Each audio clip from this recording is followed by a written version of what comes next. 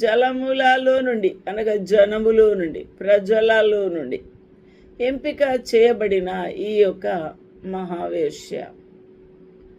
ఈ మహావేశ్యకు ప్రభు ఒక తీర్పును నియమించి ఉన్నాడు.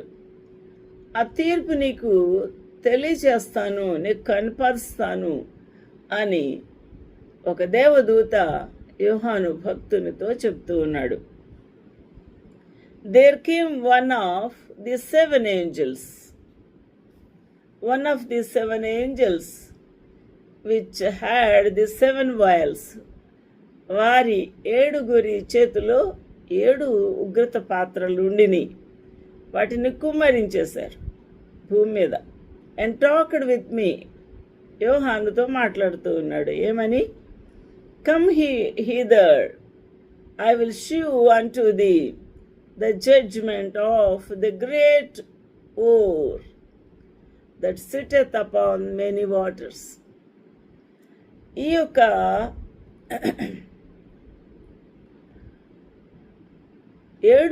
ఏడుగురు దూతల్లో ఒక దూత వచ్చి నీవిక్కడికి రమ్ము అని పిలుస్తూ ఉన్నాడు. యోహాను భక్తుడు వెళ్ళినప్పుడు విస్తార జలముల మీద ఒక వేశ్య కూర్చొని ఉండుట, ఆ దృశ్యాన్ని యోహాను భక్తునికి చూపించి ఉన్నాడు. ఆ మహావేశ్యకు ఒక చాలా సీరియస్ తీర్పు పెట్టి ఉన్నాడు ప్రభు. అది కూడా నీకు విశదపరుస్తాను, కనపరుస్తాను అని అంటున్నాడు. ఆ విధంగా యోహాను భక్తునికి ఆ మహావేశ్యకు జరగబోవు ఆ తీర్పు ప్రభు బయలుపరిచి ఉన్నాడు.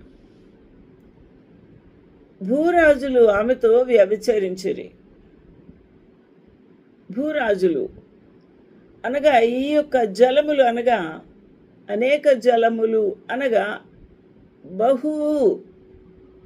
చాలా విస్తృతమైన ప్రజలలో నుండి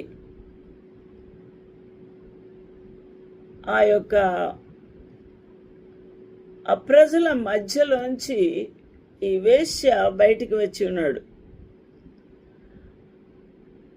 వారు ఆ భూరాజులు ఆమెతో వ్యభిచరించరి. భూరాజులు, అధిపతులు, ప్రజలు అందరూ కూడా దానిని పూజించారు, సాగిలపడ్డారు.